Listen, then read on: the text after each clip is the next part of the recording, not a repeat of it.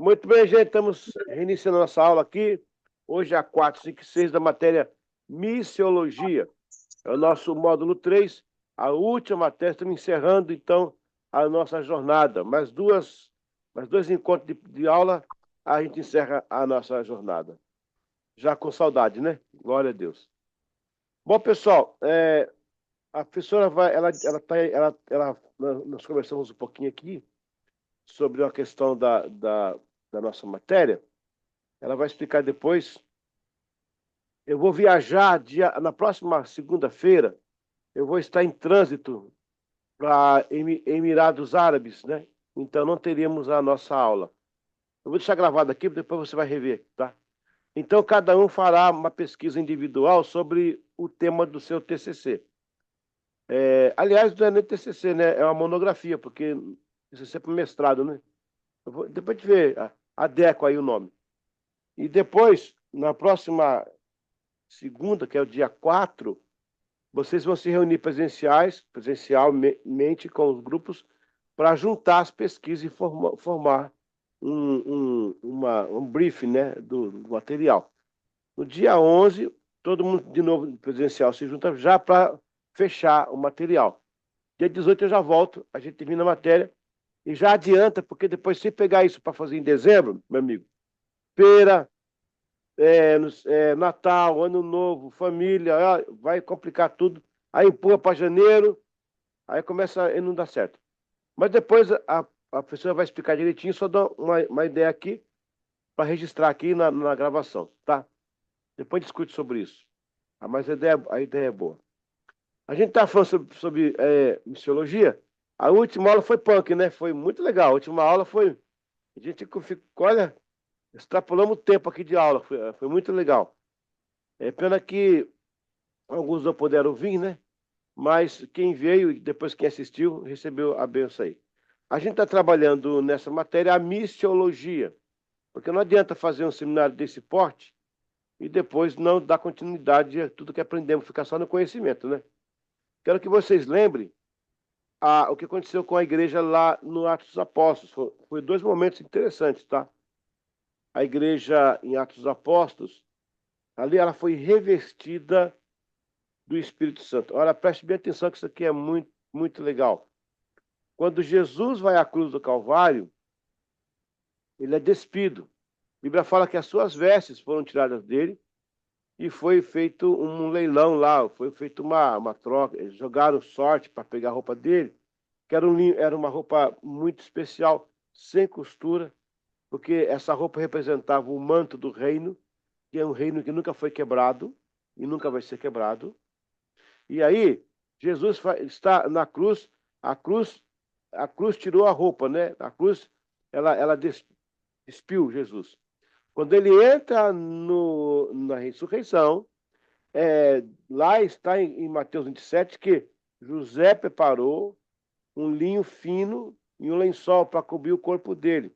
Então ele pega as vestes da ressurreição. As vestes da ressurreição é um período, tratamento são 3 dias, é um período. Jesus entra ferido e sai sem ferida, porque ferida da morte não serve na cura da ressurreição.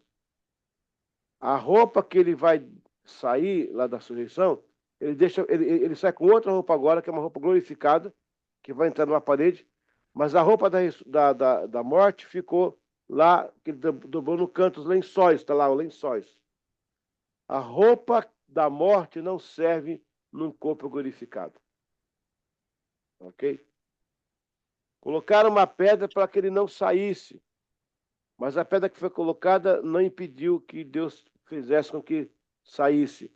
A ressurreição ela quebra as tradições antigas, ela inaugura para o novo. Então Jesus é despido na cruz, é vestido na ressurreição, e agora a igreja vai ser revestida no Pentecoste. Qual que é a ideia dessa trilogia que faz disso a igreja missionária? Vamos lá. O crente precisa se despir na cruz. A cruz mostra seu pecado, suas injúrias, sua mazela, sua tristeza. A cruz expõe o ódio, a cruz expõe o pecado, ali é desnudado. O ser humano ali, ele tem que confessar. Não é só crer, é confessar e ser salvo. Presta atenção aqui agora. Você nunca notou que Jesus andou com 12 homens não salvos? Nenhum discípulo era salvo. Nenhum discípulo era salvo. Porque Jesus não tinha morrido na cruz. Metafisicamente dizendo, ora, se morrer na cruz traria salvação, então eles não eram salvos. Porque Cristo precisava ter morrido. Quando Cristo morre na cruz, aí eles são salvos. Nós somos despidos no Calvário, a gente é vestido na ressurreição e é revestido no Pentecoste. Despidos no Calvário, vestidos na ressurreição, revestido no Pentecoste. Vamos lá. Calvário me expõe. Tem muita gente. Por que está acontecendo essas aberrações hoje na igreja? Muitas igrejas, que na internet agora você vê, muita aberração.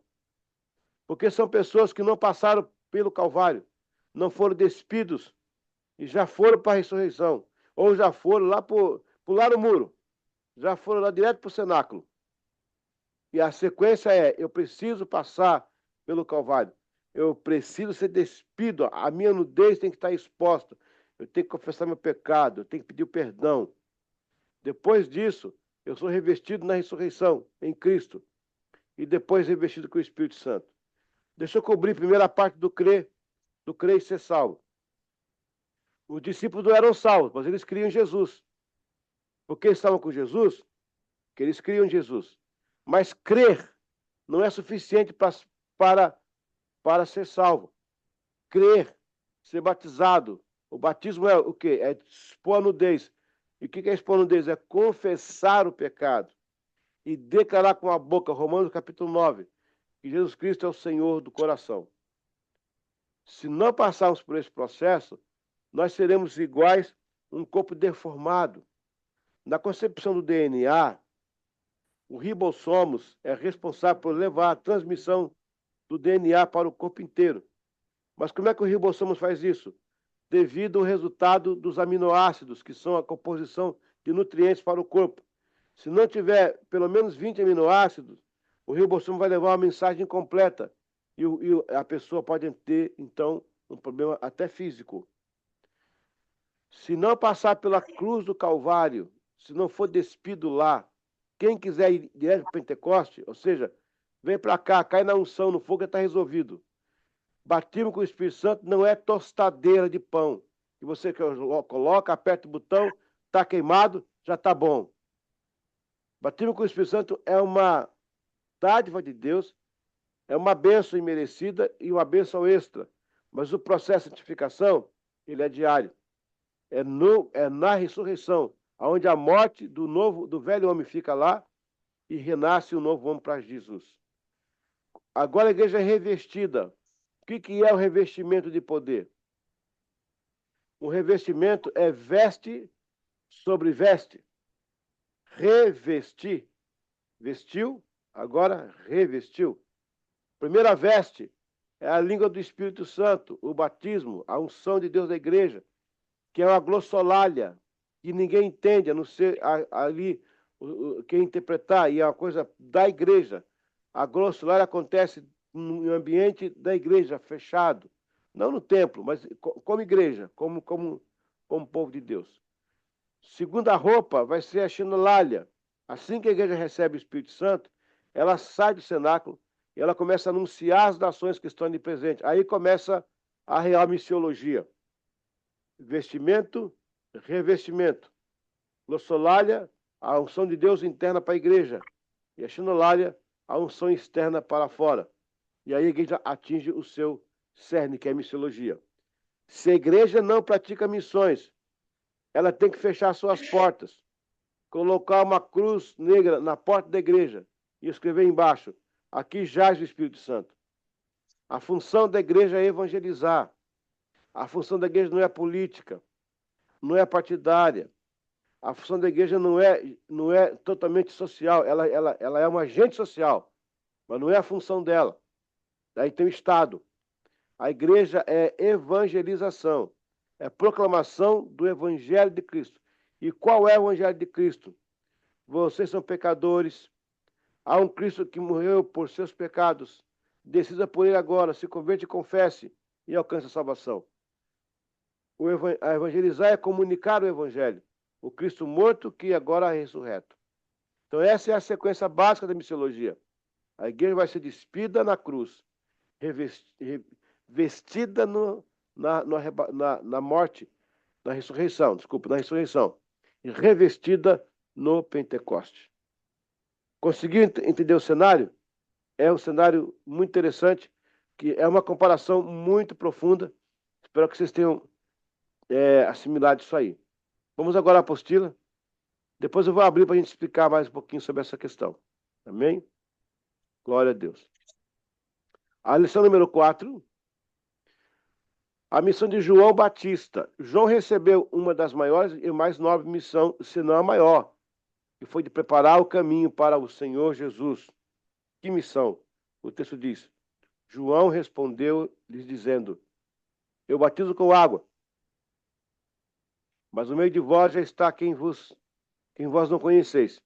Ele é que vem depois de mim, cujas correias das sandálias não sou digno de desamarrar. João 1, 26 e 27.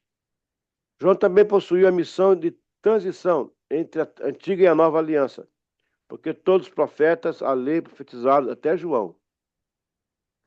Não necessariamente que ele fosse o último profeta, mas a Bíblia diz que os profetas da antiga aliança vieram até João. E agora com João uma nova missão é iniciada através do Novo Testamento. Até porque, em termos de igreja, João é antes até de Jesus e, consequentemente, antes da igreja. E, sem dúvida, ele era o último reflexo do espelho da aliança anterior.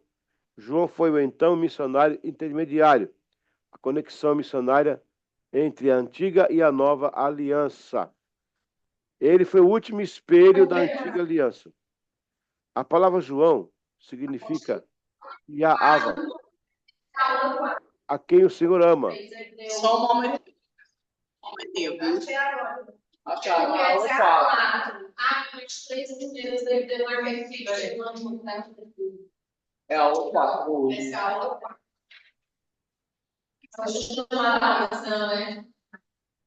É a aula 4. As missões do Novo Testamento. Aí a 4 é a missão de João Batista. Aí as missões do João Batista, eles acabam comparando. Pronto. Ok. Tá errado? Pode continuar. Ah, não. A palavra João significa Iaava. Deus, Ava, amor. Aquele a quem Deus ama. Aquele amado por Deus.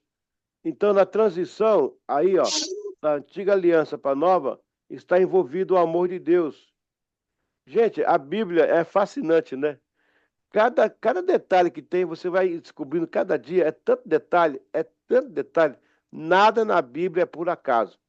Até aquele Eutico que caiu da escada, aí tem muito mistério. É demais. Então, João, ele faz a transição entre a nova, né, a antiga e a nova aliança, e o nome dele é amor, aquele a quem Deus ama. Então, está bem explícito ali na vida de João. Ele também é considerado o último profeta, né, de ofício. Depois, agora, é só por função, porque não tem mais por que fazer, né, cumprir a função profética, já que Cristo já veio, ele é o profeta de Deus. As missões de Jesus, eis a missão.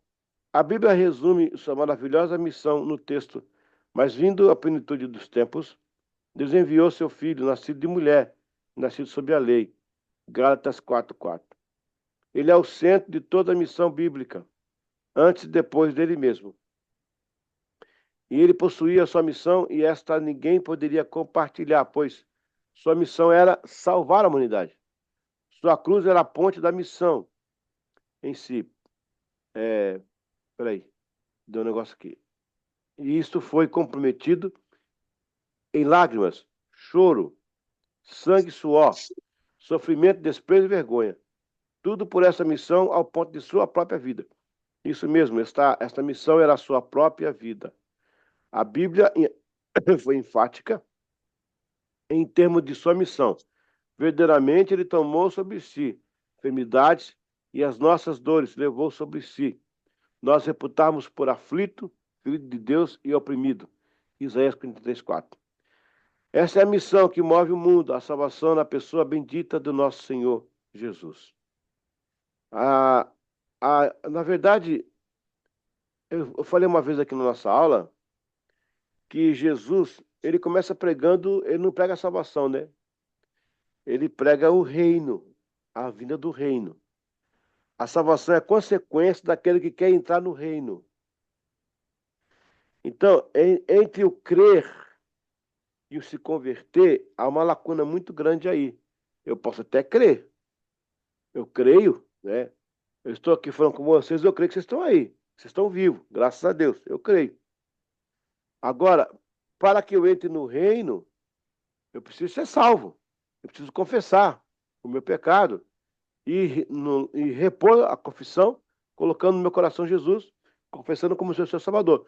Por isso que Paulo fala, Paulo é enfático. Se com tua boca confessares Jesus Cristo em seu coração, serás salvo. Está em Romanos 9. Então Jesus ele vem pregando o reino. Porque o reino é consequência daquele que foi salvo. Ele podia pregar só a salvação. Daria, mas ficar muito evasivo. Salvar para quê? Então ele mostra primeiro o reino e depois estende a salvação. São minúcias, são coisinhas pequenininhas que você vai juntando assim, vai formando uma ideia maravilhosa. E a missão dele maior, vocês vão entender outra coisa. O versículo que fala assim, ó, e ele veio para destruir as obras do diabo.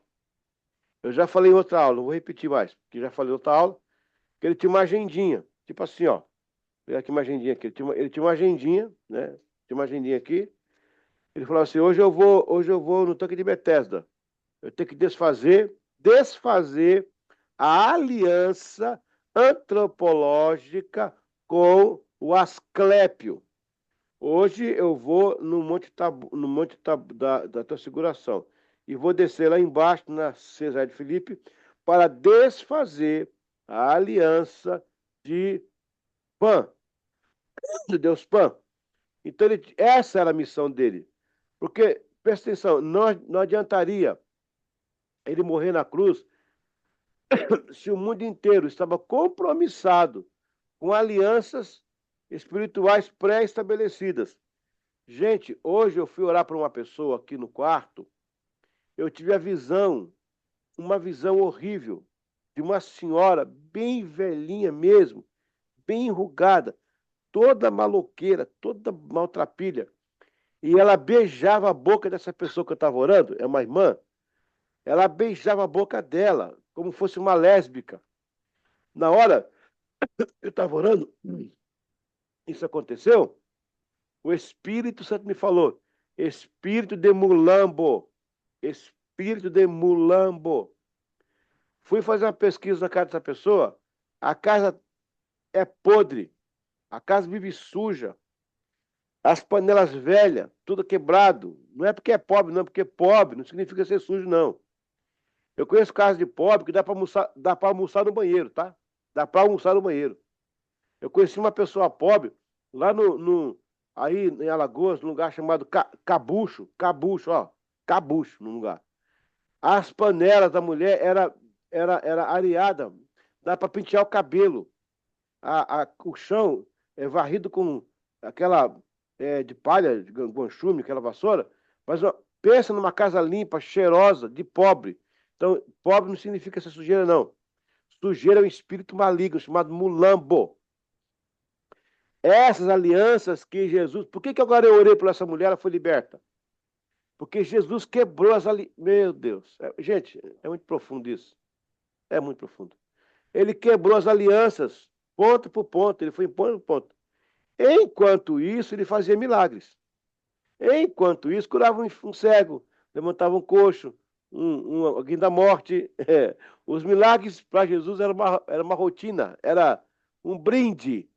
Mas a missão dele foi destronar as bases espirituais para que hoje, como igreja, nós pudéssemos entrar com autoridade, pregar o evangelho, curar os enfermos e expulsar os demônios. Essa foi a grande missão de Jesus na terra. Glória a Deus por isso, né? Coisa linda que ele fez. Então, eles foram... Agora vamos ver aqui as missões dos apóstolos. Deixa eu aumentar aqui um pouquinho essa tela para vocês aí. Aqui. Tá bom, tá bom. Eles foram a extensão da missão de Jesus e assim iniciaram as missões apostólicas sob a grande comissão designada por Jesus. E disse-lhes: ide por todo mundo, pregar o evangelho a toda criatura. Marcos 16:15. Desta forma, eles saíram pela Ásia Menor, Europa, África, anunciando as boas novas do evangelho.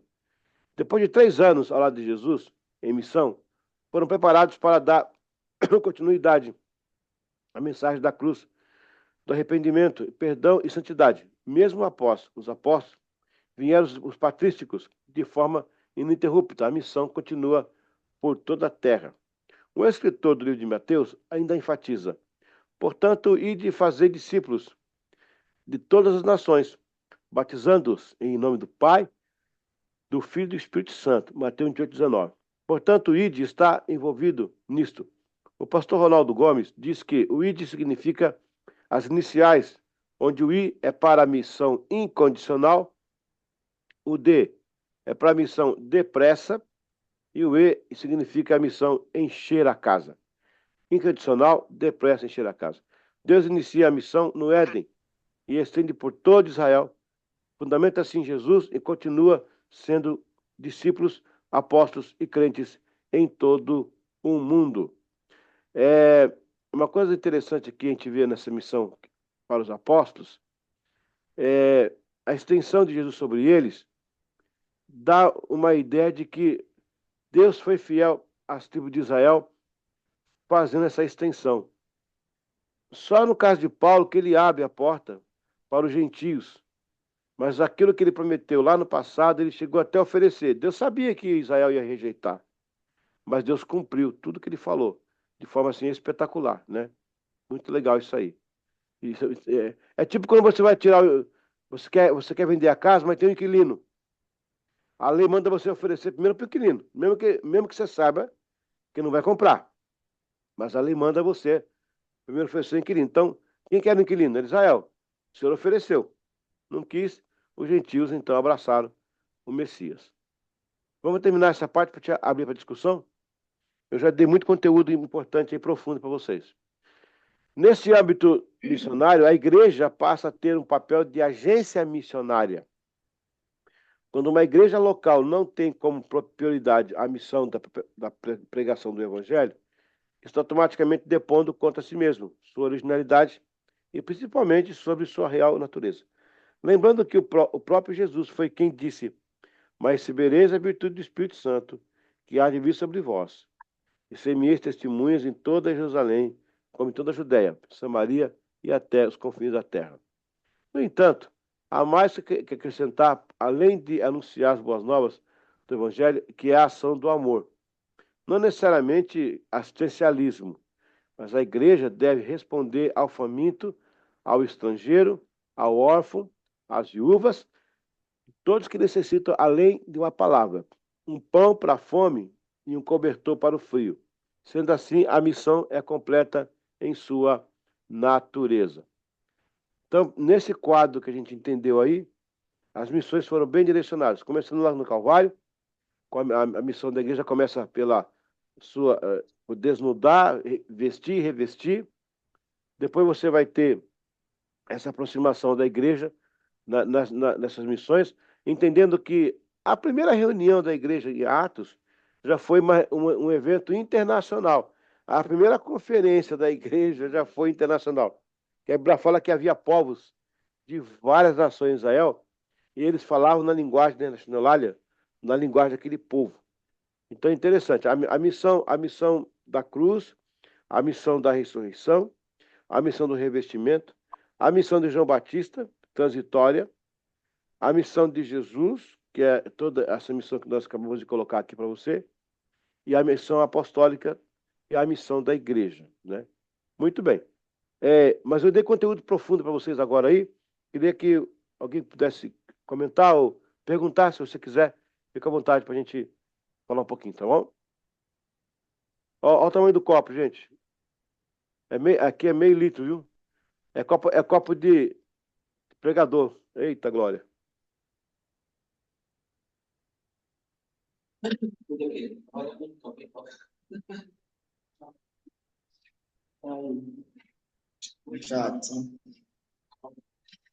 Como é que vocês viram a trilogia da cruz lá? Ali é tremendo.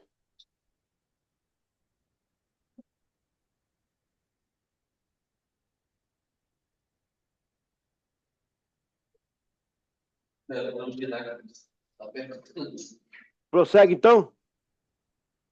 Consegue, professor. Então, Ok. vergonha, menino hoje. Rapaz. Não janta, né? Fica assim, desse jeito. Vamos É. para cima.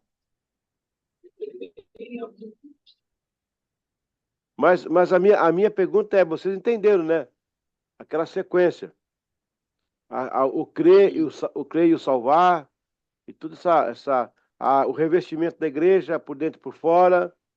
Tem muita coisa aí, muita coisa profunda aí. Muita coisa profunda. Eu preguei um sermão domingo sobre esse tema. A igreja inteira veio à frente se arrependendo. Coisa linda, gente. Glória a Deus. Ok. Aula número 5, então. Do módulo 3 a disciplina 12. As missões dos apóstolos. Quem foi enviado para onde? Como ficou o processo de missões logo após a ascensão de Jesus? A priori, todos sabemos que Paulo foi enviado aos gentios. Enquanto que o apóstolo Paulo teve seus registros amplamente figurados no NT, vemos uma dificuldade de ampla cobertura na vida dos outros apóstolos, a não ser pequenas, modestas referências. É verdade, é isso mesmo. O que temos são informações históricas em que algumas carecem mais precisão.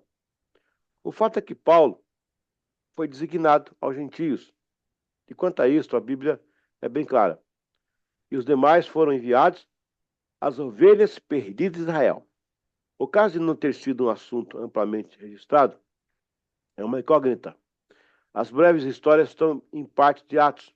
Por exemplo, Pedro em casa de Cornélio, Atos 10:11, mas depois não há mais registro.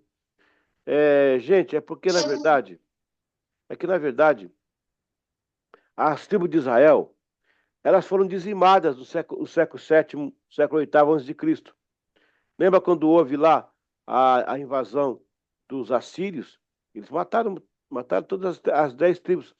Só ficou Judá intacta e metade de Benjamim. Mas, há um registro que um grupo de judeus foram para israelitas, foram para o Egito também. Alguns foram para a Etiópia. E nesse meio termo, vamos supor que lá naquela confusão, aquela correria, uma família conseguiu escapar pela fresta da montanha, atrás de uma rocha, foi embora. Ou seja, não tem como hoje dizer que existem as tribos de Israel documentadas. Tipo, quando o cara fala assim, sabe esses caras, como é que chama essa palavra aí? Abestalhado, né? Esses abestalhados falam assim, descobri que eu sou judeu. O cara descobre que é judeu, né? Aí fala, sou da tribo. Aí eu brinco, falo, que tribo que você é então? Zebulon. Aí, meu irmão, é para rir ao contrário. Não tem registro, é só judeus. Se tem alguém hoje que é judeu, de Judá, não tem mais ninguém. Agora, pode ser que alguma família escapou. Algumas pessoas escaparam, algumas tribos escaparam, ninguém não tem esse registro. Mas a missão dos apóstolos, na verdade, era mais buscar as ovelhas perdidas de Israel. E aí você pode ter uma ideia de que eles, de alguma forma, tentaram reaver algumas tribos daquela época. Não há registros, mas é o que o texto está tentando dizer para nós aí. E Paulo se ocupou mais com os gentios, né? No caso, ele foi para a Ásia Menor, estabeleceu uma boa parte do ministério em Roma também. Temos uma passagem rápida de Pedro, João e Tiago no Concílio de Jerusalém. Jesus, sem dúvida, designou os outros, com exceção de Paulo, para buscar Israel. Deus definiu a missão de Paulo para Ananias: vai, porque este é para mim um vaso escolhido. Quando Paulo cai, né, lá em Damasco, para levar o meu nome diante dos gentios e dos reis e dos filhos de Israel. Atos 9:15. Depois Paulo mesmo corrobora: desde agora parto para os gentios. Atos 18:6. O maior mandamento vem de Jesus, e isso define o trabalho dos apóstolos, diferenciado de Paulo. Enviou esses 12 e lhes ordenou, enviou esses 12 e lhes ordenou, dizendo: não ireis pelo caminho das gentes, nem entrareis em cidades samaritanos, mas ide antes as ovelhas perdidas da casa de Israel. Gente, presta atenção. No começo do curso, eu dei uma matéria chamada Teodiceia. Teodiceia, que foi uma frase cunhada pelo teólogo alemão Leibniz, em 1700. Deus não poderia estender. Olha que interessante. Gente, eu não sei, cara. Vou ficar em pé uma hora. Deus sabia que Israel não ia querer. Deus sabia que o Messias ia ser rejeitado. Já preparou Paulo para pregar os gentios. Mas, porque ele é justo, Teodiceia, ele primeiro oferece o evangelho aos judeus. Jesus mandou aí, ó. Gente, vai primeiro às ovelhas de Israel.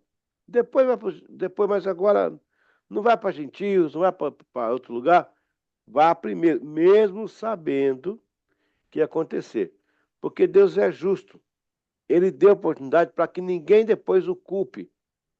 Deus não pode ser culpado por nada. Quer ver outra coisa que agora vai arrepiar você? O que eu vou falar aqui agora, você vai ficar arrepiado agora. Pergunta número 1. Por que Deus fez uma arca daquele tamanho se não cabia o povo da época? Ah, excuse me. Excuse me. If you have invited everyone who lived that ark that time, they not fit on that ark. Se fosse chamar todo mundo daquela época para entrar, não ia caber. E por que ele fez um barquinho só para Noé e seus filhos? Será que ele foi tendencioso aí? Olha que pergunta fera. Olha que pergunta fera. Vamos lá. Vamos pela graça de Deus. Deus fez uma arca que realmente caberia sim.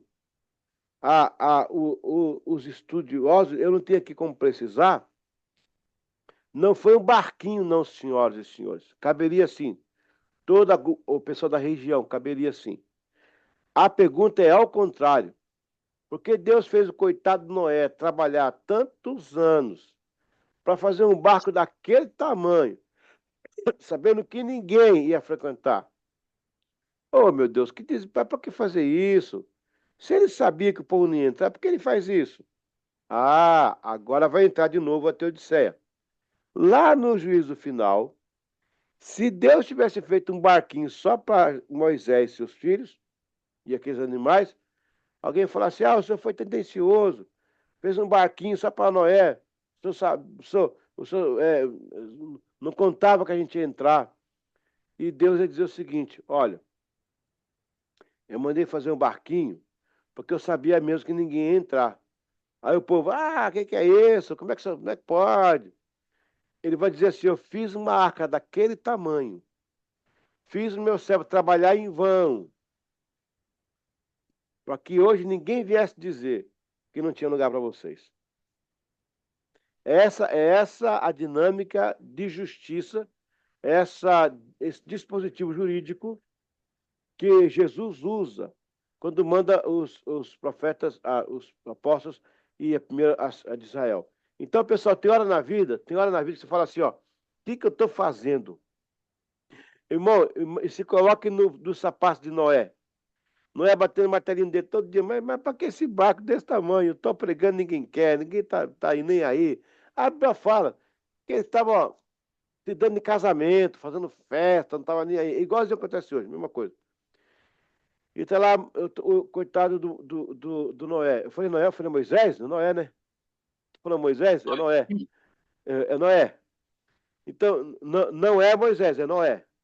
Então, ele batendo seu martelinho, batendo, pá, pá, mas porque tem hora na vida que tu tá sentado perguntando, por que eu tô fazendo? Por que foi isso aqui? Por que Deus me colocou aqui? Por que Deus, mas eu não preciso disso. Precisa. Você faz parte do plano de Deus. E o plano é de Deus, não é teu. Ele te convidou para você fazer parte do plano. Rapaz, coisa linda. Meu Deus, segura aí. Aleluia. Então, primeiro a casa de Israel, depois os gentios. Mas Paulo foi na frente também. Como Cristo tinha quem pregasse para os Israel, ele então usou Paulo para os gentios, né? Ok? Mateus 10, 5, 6, 5 a 6. Aparece também uma modesta missão de Pedro e João aos gentios, mas não foi evangélica, e sim conferência. Atos 8, 5 a 4, está mostrando isso aí, 14, 5, 14 a 17.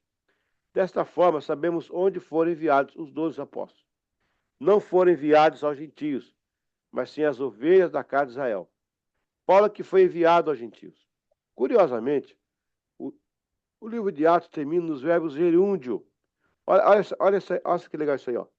O livro de Atos termina com gerúndio, dando uma ideia de continuação. Atos 28, 31. O Senhor havia escolhido Paulo para um propósito de comissões.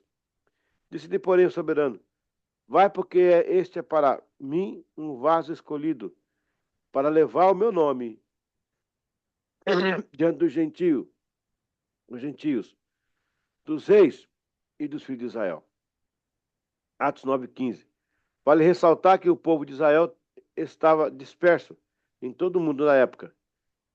E assim temos registro do trabalho dos apóstolos, fora de Israel, mas com foco na comunidade judaica, que é o caso do Tomé na Índia, né?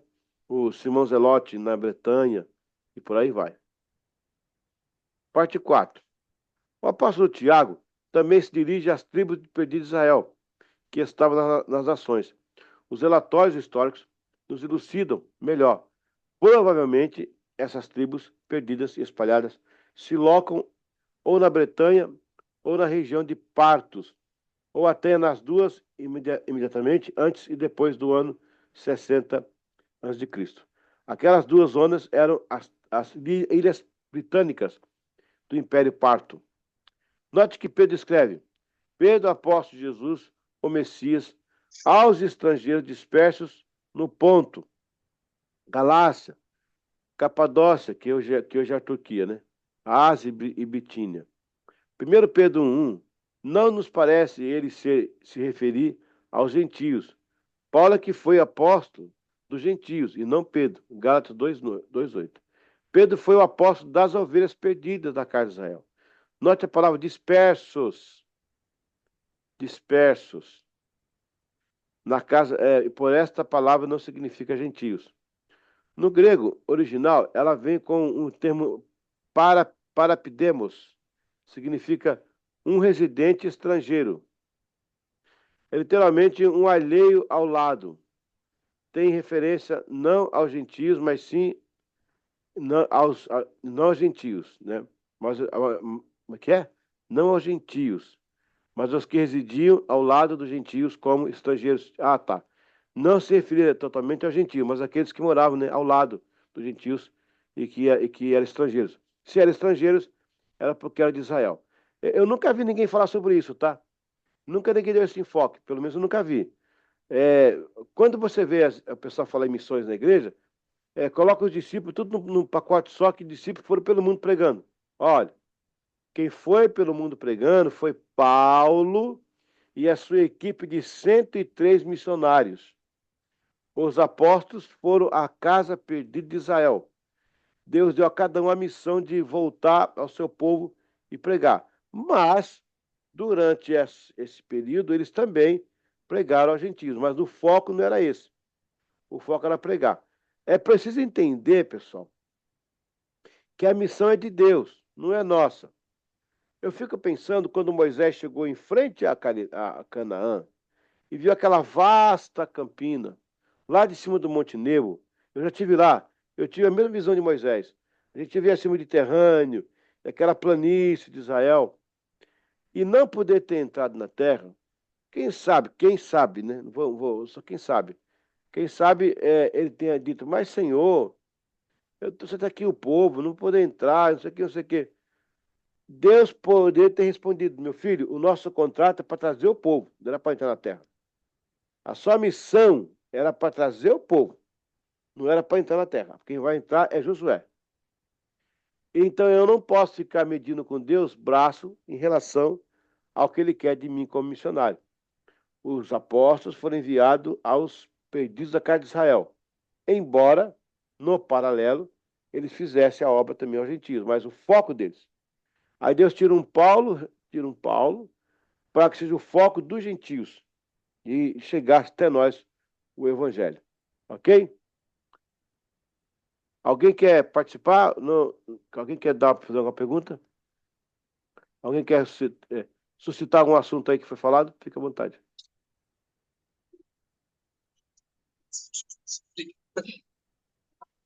Boa noite, professor. Opa, boa noite. Quero aproveitar para parabenizar pelo Dia dos Professores. Quando eu fui Ô, comentar lá no grupo, já estava fechado novamente. mas eu não Mas sou, pai, eu parabenizar sou só um servo. a minha cidade, professor. A professora Sara, o professor Nedeus, que está ali também, que eu tenho uma grande gratidão por ele, né? Que houve um momento na minha vida que eu acabei desistindo um pouco de concluir os estudos na época, lá atrás. E Certo. ele, com os conselhos, eu voltei. Aí concluí os estudos, graças a Deus. É, E também, né, a outra questão, eu estava até comentando com a minha esposa sobre o quão bom, né? Às vezes a gente chega tão sobrecarregado, com tantas coisas da vida, e chega na segunda-feira e começa a falar da palavra de Deus, sobre Deus, e a gente chega mais leve em casa, se sentindo renovado. Isso é muito gratificante. É porque a palavra de Deus é viva, ela sempre causa um efeito positivo na gente. Amém. Glória a Deus. Meu comentário agora. É, Às vezes, quando essa questão dos judeus de estarem dispersos, essa questão também da rejeição de Jesus do povo judeu, às vezes falta o povo cristão olhar de maneira mais detalhada, porque o pregador normalmente coloca, na maioria das vezes, a grosso modo, mas assim, quando Jesus pregava, inicialmente era para judeus e milhares se converteram. Assim como também foram com os apóstolos, com Paulo, e etc., discípulos e por aí vai. A rejeição de Jesus ela se deve quase que à liderança é, dos tempos daquela época, como Rabino Jean, como é o nome? Me fugiu agora da memória. Mas, enfim, aos líderes das religiões daquela época. A gente vai ver bem isso Sacerdotes, ali. fariseus, saduceus, aquela equipe toda. É, a gente vê isso em João 18, 17, 18, porque ali a gente já vai começar a ver Jesus também responsabiliza quando ele fala com Pilatos, né? Que mais responsabilidade tem não só Pilatos, né? Mas mais culpa tem aqueles outros envolvidos, que são esses que o professor acabou de citar. Então, assim, o meu comentário é sobre isso. Houve um período que esse povo judeu, necessariamente nessa parte da sociedade deles, já começaram a perseguir a Jesus, aos cristãos, aliás, mas depois os papéis se inverteram ali na história, e os cristãos é que começam a perseguir os judeus, e a partir daí o antissemitismo começa a se proliferar mundo afora por conta dessa perseguição que se inverteu.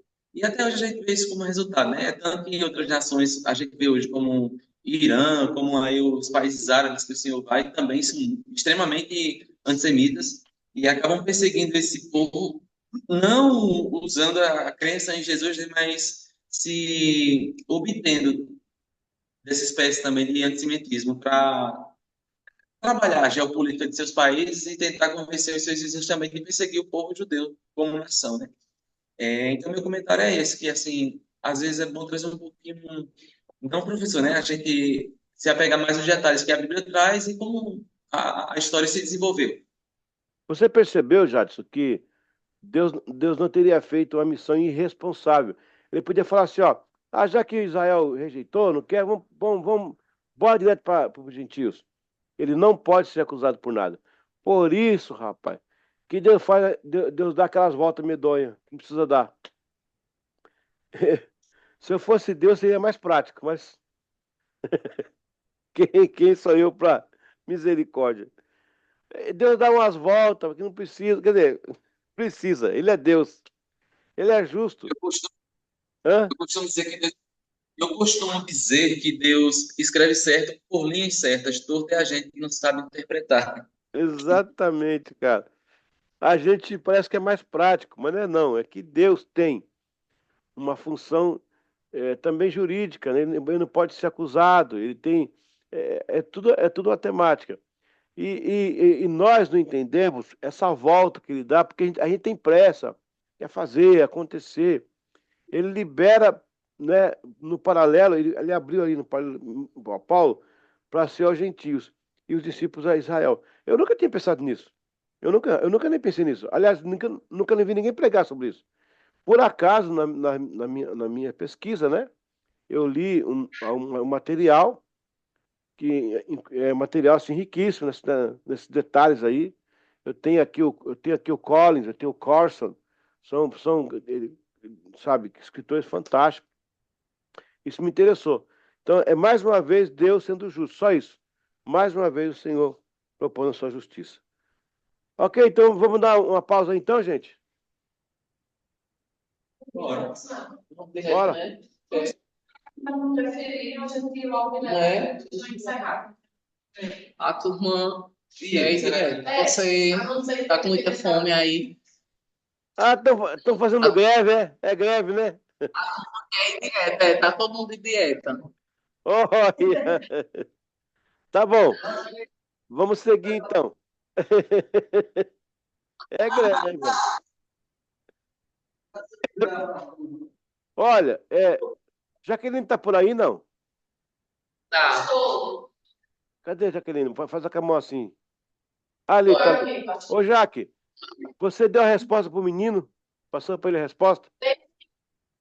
Daí sim, ele entendeu. Olha, uma, Ela uma, disse que uma grande pergunta, viu? Tem mais, viu? Uma grande pergunta. Olha, aquela pergunta, Jaque, ela tem uma resposta cultural, não é nem bíblica, é cultural. Eu respondei lá essa esposa, eu sou. Todo quarto em Então, muito interessante a pergunta do menino. Ele tem que 12 anos, você falou? 12 anos? 12 anos, é. Como é que pode, 12 rapaz? anos. Estava ministrando e deu uma suporte. Rapaz, eu fiquei abismado, viu, com a pergunta dele. Olha o detalhe que ele viu. Pessoal, o aluno dela, ela tem um aluno, não sei se é aluno ou paciente, né? Mas é aluno dela, paciente dela. E o menino pegou, o menino de 12 anos, ele viu lá, ele viu que o nome de José, o pai de Jesus, ele aparece em duas genealogias, numa é chamada de Eli, na outra é chamada de Jacó. E o nome do cara é José. Falei, peraí, mas o cara tem 3 nomes. Olha só, olha que o menino foi buscar. Aí eu estava já que eu estava viajando naquela hora. Eu consegui um sinal, meu pai, já respondi ali rapidinho. Não sei se saiu errado lá em português, mas eu respondi. A pergunta é muito interessante, porque naquela época não tinha a palavra genro não existia, genro, né? Então, era acostumado chamar o nome do rapaz que casou com a filha do homem, o nome dele mesmo, né? Que era o nome, dado, o mesmo nome do pai da moça, podia chamar o nome do rapaz, porque agora, por exemplo, na América é o son-in-law, que é o filho por lei, né? Aqui no Brasil é genro. Por exemplo, meu genro é o Francisco. Pode chamar ele de Francisco, naquela época. Olha eu, seu filho de Francisco, seu Francisco, entendeu? E também Jacó, porque do lado dele, do próprio José, né, o pai também era Jacó, e aí ele podia ser chamado de Jacó. Então ele podia ser chamado de José, de Jacó e de Eli. Depois, já que se você quiser, passa para o grupo lá a resposta. É muito interessante aquilo lá. Dá um cheiro nele, viu? Dê um cheiro nele depois. Tá bom. Obrigada mesmo. Bora então aqui terminar. Ok. Vamos lá. A aula número 6, a parte 1, a missão. Essa aqui é fantástica, gente. Isso aqui é mexer com vocês. Essa aqui é mexer com vocês. A missão de 12ª. Entre Matias, você e Paulo, quem é o 12º? Olha que legal, cara. Na verdade, eu tenho um livro sobre isso aqui, um livro de 200 páginas sobre isso aqui. Uma vez que Judas deixou o grupo, abriu-se uma vaga. E agora, quem é o 12º discípulo missionário? Hein? Lendo as páginas do Novo Testamento, vem a pergunta: quem ocupou o lugar de Judas? Teria sido realmente por ofício e eleição o Matias? Ou quem sabe Paulo o escolhido? Matias, porém, tem dois agravantes. Primeiro, no desespero dos apóstolos em manter os 12. Teriam eles se precipitado em lançar sorte sobre Matias? Interessante é que, na altura em que jogaram sorte para escolhê-lo, o Espírito Santo não havia sido derramado. Gente, olha, é muito detalhe, presta atenção. O Espírito Santo ainda não havia descido. E depois de Pentecoste, a igreja já não lança mais sorte, porque o Espírito Santo dirige, como foi o caso de Antioquia. Separai-me Paulo e Barnabé. Sendo assim, o que garante a eleição de Matias convalida, o que garante que a eleição de Matias convalida o preenchimento da vaga de Judas? O segundo agravante reside no fato de que Matias não exerceu pastorado. Pelo menos a Bíblia ou o Cânon Sagrado omite qualquer participação ativa explícita dele. Dessa forma, podemos, por vias de equilíbrio, aceitar o 12º lugar para Matias. Todavia, temos elementos suficientes para dizer que ele não seria tão legítimo para ocupar o lugar vago. Agora vem um barulho. Segura. E o que dizer de Paulo, que reclama o lugar, porém não estava entre os 12 e não foi eleito oficialmente pela Igreja de Jerusalém? Consideremos, pois, o seu apostolado. Tantas obras que ele realizou, o excelente trabalho evangelístico que exerceu na Ásia Menor inteira, os livros que escreveu, uma ficha enorme de serviços prestados em favor da causa do Evangelho de Cristo, e que chega a superar todos os outros apóstolos, segundo a tradição e as próprias Escrituras. Porém, isso não foi suficiente para que a igreja de Jerusalém o aclamasse como um dos 12. Há um outro enfoque necessário colocar. E antes de mais nada, por favor, não é um caso de numerologia. Entretanto, no campo do óbvio, vamos analisar esse aspecto, tanto em relação a Matias quanto a Paulo. Então, considerando que os dois, Paulo e Matias e Paulo, teríamos então 13 apóstolos, ao invés de 11. Tanto o número 11 quanto o 13 são ímpares. Portanto, nos dão a ideia de número aberto, ou seja, denotando o sentido de mais uma vaga para fechar um número par. Há duas correntes. Uma afirma que ser Matias e a outra ser Paulo, 12º discípulo, chamado. Porém, entende-se que quando Judas morre, o lugar fica aberto, sem o intento de se usar numerologia, a não ser pela obviedade, um fundo de lógica leva-nos a pensar o seguinte: sendo o 12º discípulo, sendo 12 um número par, 12 par, portanto fechado, o 11 ímpar é aberto. Ajuntadas em duas partes, de 5 e de 6, Êxodo 26, 9, o número 5 significa trabalho e o número 6 representa o homem. Não é a nossa intenção trazer esta ciência à Bíblia, mas é interessante notarmos essas curiosidades. Até as próprias escrituras apresentam muita simbologia através dos números. As 10 cortinas de linho fino representavam a divindade. 10 são os seus mandamentos. 10 são as suas leis. Em Apocalipse, a Bíblia menciona Jesus usando esse tipo de tecido. Portanto, está ligado a ele.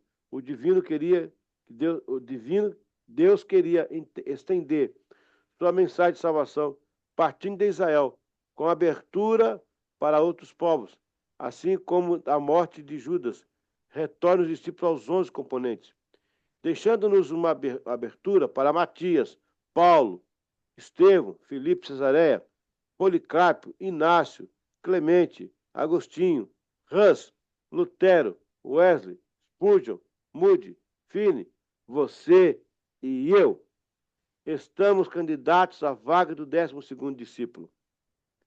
Teria Deus deixado uma mensagem que o lugar de Judas não seria preenchido por sorteio, e sim estaria à disposição de você, de mim e de todos os bilhões de seguidores de Cristo, verdadeiros discípulos?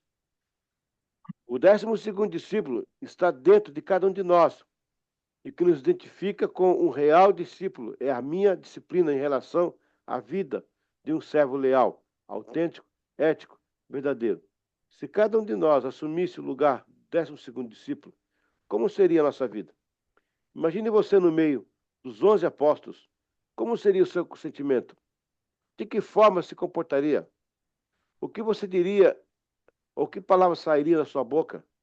Na verdade, temos que assumir, seja Matias, Paulo, você ou eu, todos nós possuímos uma tarefa básica: ser servo. Escrever o que distingue um dos 12 discípulos, outros talvez seja tarefa difícil. Porém, dizer que temos em comum é fácil. Somos servos de Deus. E um dos outros somos todos. Matias, somos Paulo, somos discípulos, somos todos missionários. Olha, eu tive que ler todo o termo, gente, porque eu não ia parar para explicar, porque faz parte do conjunto, tem como. Então, presta atenção. Assim que Judas morre, fica uma vaga para os 12. A igreja, naquela ânsia de colocar alguém, jogaram sorte. Saiu Matias. Matias fez absolutamente nada, pelo menos a Bíblia não menciona. E Paulo vem depois reclamando que ele é do apóstolo chamado por Deus. Paulo joga até ele esperta, ele cutuca, ele fala assim, ó, eu sou Paulo chamado por Deus, não pela vontade dos homens, ou seja, não pela eleição. A eleição acontece ali. Depois, quando desce o Espírito Santo, não acontece mais. Aí é o Espírito Santo falando. Então, o que nós entendemos aí? Algumas coisas. Primeiro, o número aberto, né, o 11, né, ele está dizendo, ó, precisa completar. Deus mandou fazer 11 cortinas por tabernáculo. Faltava uma, então. A última cobertura seria o sangue de Jesus. Ali tinha 11 coberturas de peles de animais, e agora viria aquela 11 clamar pela 12ª. Ao sangue de Cristo veio e tampou, fechou, está consumado. Temos então a questão dos apóstolos, né? Faltando um, se coloca Paulo e Matias, dá 13. Então, qual que é a minha ideia dessa parte da matéria? É dizer o seguinte, que você aí sentado aí, ó, você é o 12º discípulo. A abertura é para nós. Judas se foi, ele foi o traidor. A gente vai deixar a traição e vamos entrar para servir Jesus. Se você puder falar aí para quem está do seu lado, para discípula ou discípulo, diga aí, ó, você é o 12º ou a 12ª. Fala aí para ele, ó. Pode falar aí, ó. Você é. Você é a 12ª. Você é o 12º. Se a igreja não se assumir, como é que o mundo vai conhecer Jesus? Né? Ela precisa assumir como discípulo, como o 12º discípulo. Veja bem, como 12º discípulo. A abertura está ali para todo mundo entrar. 12º discípulo. Então, no meu entender, não foi Paulo e nem Matias. Foram eles também. Foi Paulo, Matias, eu e você, todo mundo que veio depois. E a função do discípulo é mostrar Jesus ao mundo. Que foi aquele caso lá de Emaús, lembra que ele foi partir o pão? Eles viram Jesus. Jesus tinha falado antes um pouquinho sobre Jesus, né, no caminho de Emaús, ele tinha falado sobre os profetas e Moisés, e Moisés e os profetas, e ninguém viu que era ele. Ele falou de forma que era Jesus, o que ele fazia, dele mesmo, né? O que ele fazia, falou de conteúdo, de forma. Os discípulos não entenderam que era ele. Ele falou formas, falou conteúdo, mas quando ele parte o pão, aí o discípulo fala assim, ó, é Jesus. Porque ninguém parte o pão assim igual como Jesus. Aí desapareceu. O mundo está cheio de forma, está cheio de conteúdo. A igreja tem que partir o pão. para que o mundo reconheça que Cristo está entre nós. Ao partir o pão, o povo vai dizer assim, olha, Jesus estava ali. Essa é a função do discípulo. Gente, desculpa, hoje eu estou com muita tosse. Eu saí de uma alergia, agora há pouco, né? Então, pessoal, essa é a ideia do 12º discípulo. Eu não sei se alguém tinha pensado nisso. Não sei se é novidade para alguém isso aí. Para mim foi novidade. Eu estou trazendo para vocês. Isso coloca a gente numa situação de responsabilidade com o Evangelho de Jesus Cristo. Amém?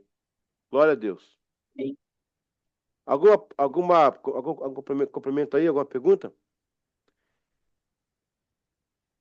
Eu achei muito interessante a sua tese, né, sua teoria, a esse respeito do 13º discípulo. E quando a gente também fala na possibilidade de quem poderia preencher essa 12ª vaga para aquela época, ainda tinha os irmãos de Jesus, né, que Tiago, principalmente, seria uma boa opção para a época. Exato. Eu até pensava esses dias, né, que eu estava começando a escrever uma pregação sobre a comprovação e a aprovação do ministério de Cristo pela sua linhagem familiar, como Tiago, Judas, seus irmãos, sua mãe Maria, que acompanhava como serva, Cleopas, que o senhor acabou de citar a passagem dele, né, no caminho de Emaús. Enfim, sua tia, João Batista, todos que eram da família de Jesus ali, em algum grau de parentesco. Então, assim, eu acho muito interessante quando o professor trouxe essa possibilidade da igreja. De fato, né, quando a gente pega a igreja como um todo, como uma mentalidade, a gente entende que o povo que um dia rejeitou Jesus e foi para outro caminho. Nesse ponto, a gente, o ser humano era traidor, a gente era uma espécie de Judas, agora a gente deixa de ser o Judas traidor para ser o Judas que aceita o caminho de Cristo, o caminho da redenção, e se volta novamente para o único Salvador, e não mais nos vendemos. Exato. Muito bom, Jorge, muito bom mesmo. Alguém na sala aí, pode levantar a mão, alguém na sala aí não tinha pensado nisso? Leu até que Matias foi lá eleito, tá, mas alguém pensou nisso no 12º discípulo, não? Sim, eu acho que o Marcos já tinha até falado. Foi? Você já tinha falado em outra aula também, dessa visão, dessa perspectiva. Mas acho que não é tão profundo agora, né? Agora que eu esmiucei mais um pouquinho. Jaqueline, que é... Chora, Jaque, chora. Ô, pastor Eliseu, acho interessante esse finalzinho aí da aula, quando o senhor traz que nós somos, nessa perspectiva, que vai nessa linha que o senhor trouxe de raciocínio, o 12º, quando se abriu essa vaga. E está em nossas mãos a missão de proclamar o Evangelho. É isso. E durante muito tempo se falava em fazer missões em outros países, em outros lugares remotos. Com o tempo, isso está invertendo. Hoje o que é que a gente vê muito nas igrejas? Nós precisamos primeiro começar evangelizando o nosso vizinho, os nossos irmãos, dentro de casa, certo? Isso realmente tem que ser feito. Mas o senhor também não percebe, não sei, essa é a minha visão, que falta a igreja voltar a pensar em missões num âmbito maior. A igreja continua ali muito fechada, a gente esqueceu que tem lugares. Por exemplo, eu sinto falta de um evangelismo porta a porta para a gente levar o plano de salvação para as pessoas. E um evangelismo verdadeiro de rua, falando sobre Jesus, sobre o plano de salvação, detalhe por detalhe. Jaqueline? Era isso, assim, porque aí a gente fica pensando, fica naquela, não, mas a missão começa ao nosso redor. Mas aí a gente vai ficar só ao nosso redor. Pois é. Você sabe com quem você está falando, não? O senhor é referência para como missionário. Vou te falar uma coisa. Eu sou presidente da UEL, que exatamente o que você está falando aí, exatamente isso é a nossa especialidade. Eu estou indo à Coreia para buscar material sobre isso. Jaque, tem um site que eu vou passar para vocês aqui, que eu já passei uma vez da UEL. não tem desculpa para a igreja não fazer a sua tarefa. Eu fico chateado. Agora tá tendo aqui em Balneário um congresso de não sei o quê, tanta firula, tanta luz, tanto jogo, tanta coisa. E ao redor o povo está morrendo sem Deus. Aqui na parada, aqui, no final do ano, né? A Balneário Camboriú é a Dubai brasileira. O índice de prostituição é algo. Eu saí na praia na outra vez, eu saí na praia, Jaque, eu vi as pessoas falando sobre drogas, assim. Ah, você tem maconha lá, estou precisando um pouquinho e tal, consegui o crack. Assim, ó, na rua. Jovens bêbados, gente, eu sentei para chorar. Jovem, um monte de bêbados. A nossa igreja faz. A gente vai na rua, a gente faz evangelismo aqui, a nossa igreja é muito ativa aqui, graças a Deus. Mas eu fico pensando, olha, trouxeram agora um cantor americano aqui, não vou falar isso não, mas eu vou falar. Trouxeram uma programação aí que gastaram 400 mil reais, 400 mil reais, para fazer uma noite de show. Hã? São essas coisas que eu não vejo sentido, sabe? De não se investir em missões e querer investir em outras coisas que são passageiras, são só para juntar gente e oba-oba. Pula, pula, pula, pula. Eu não sou contra a gente ter um encontro, sabe, trazer um cantor. Inclusive, eu viajo muito, mas eu sou contra você pegar um dinheiro expressivo, mobilizar toda a comunidade para fazer um negócio assim para nós, aqui para nós. Eu fico pensando o que podia ser feito em termos de cidade com esse investimento. Um pastor me chamou para ver uma igreja que ele construiu, que a igreja é toda de mármore. Aí eu fiquei pensando, gente, ele gastou 6 milhões de reais para fazer uma igreja e ele queria que eu elogiasse, ele queria que eu aplaudisse. Eu falei, meu irmão, eu tô constrangido até minha alma, sabe? Olha, eu estou indo à Coreia, eu ia ficar, agora eu vou falar para vocês aqui, vou abrir com vocês aqui. Eu ia ficar 4 dias dormindo no aeroporto, 4 dias no aeroporto, porque eu não tinha dinheiro para o hotel. Agora há pouco, antes da aula, ligou uma irmã da amiguinha e falou, pastor, como é que tá de hotel lá? Eu falei, olha, eu não estou sem hotel. Pois já tem hotel. Me mandou o hotel agora. Quer dizer, e não é tão caro, foi 1.500 reais de hotel. Aí eu fico pensando, gasta aí meio milhão. Eu estou indo buscar recurso para dar para pastores, para evangelização.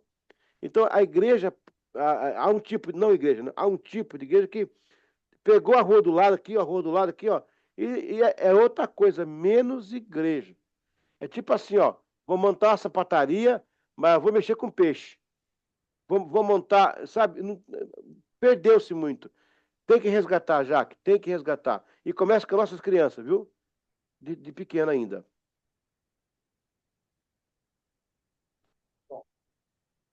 Então, gente, vocês todos aqui são o 12º, a 12ª.